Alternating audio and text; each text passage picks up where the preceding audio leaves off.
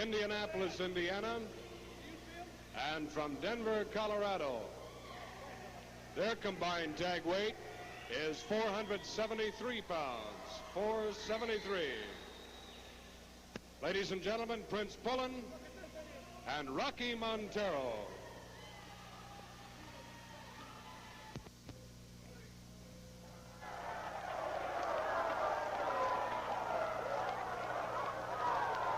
There they are, Pullen and Montero versus the Assassins and their captain Willie. Montero wants at him right now. We should have a goodie.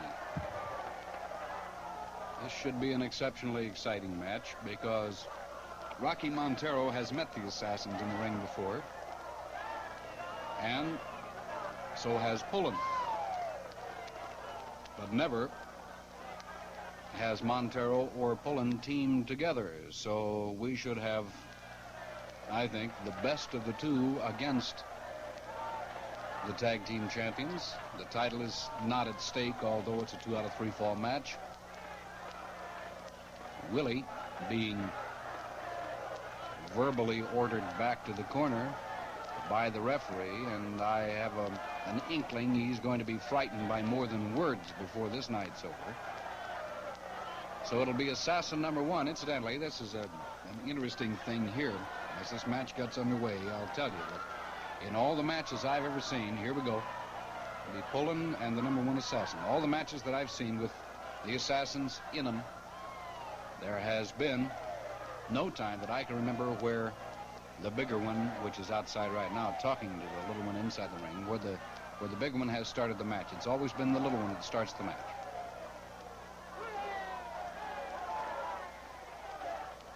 Momentarily in the referee's hold, and a slap off the rope as Willie gets back up to his feet. Number 1 indicating something, gesturing back over the corner. I think it was because Montero was out between the ropes and he wanted him back behind the ropes before he was going to engage in any wrestling effort at all with Prince Pullen. Pullen ducked under. Here's a rapidly improving young man. He has highs and lows in the profession itself. Some days he looks very, very good. There's a good tackle. There's a hip lock, and all of that looked good. Then there are other days when he just can't put together anything. It's like a songwriter trying to compose a song, I guess. Some days he can put the right chords together, and the next day, nothing but discord. But Montero's still outside the rope as both Assassins in there momentarily on Pullen. He still comes back up to the side headlock. Look out for a push-off. A real tight one. There it is. Waits for him. Turns him around and right over into the hip mare again. On the mat. Rolled over and the shoulders down for a count of 1, but Pullen with a good flail of the legs, able to keep the count off.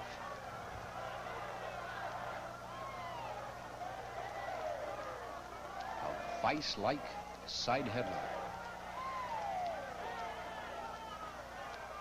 You know, it's amazing. A lot of you people, into the knee, the tag, and here's number 2 Assassin. A lot of you people cannot believe that these wrestlers are as big as they are. For those of you who have met me, I will tell you that I weigh about 229. I'll vary between 229 and 231 or 32. And I look like a midget as far as muscles are concerned against these guys. I'm a little bit taller than maybe 1 or 2 of them.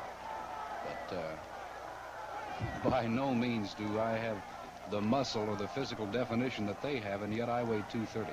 So when you see these guys in the ring, and you hear me call them off at 236, 238, and 240, believe me, those extra 8 pounds they have are all good, solid muscle. And then you get up into the size of Kaniski and Bruiser, Snyder, Snyder becoming more and more athletic as the days go on. This fellow, he officially weighs in at about 243 to 245. But I do understand, Wilbur told me once, that if he doesn't watch out, if he doesn't stay really hard on physical training, a lot of football with his family and boys in the neighborhood, and he likes to play football with the youngsters in the neighborhood, teaching the rudiments that he learned. If he doesn't stay with all this, he can go up over 250 without any trouble at all.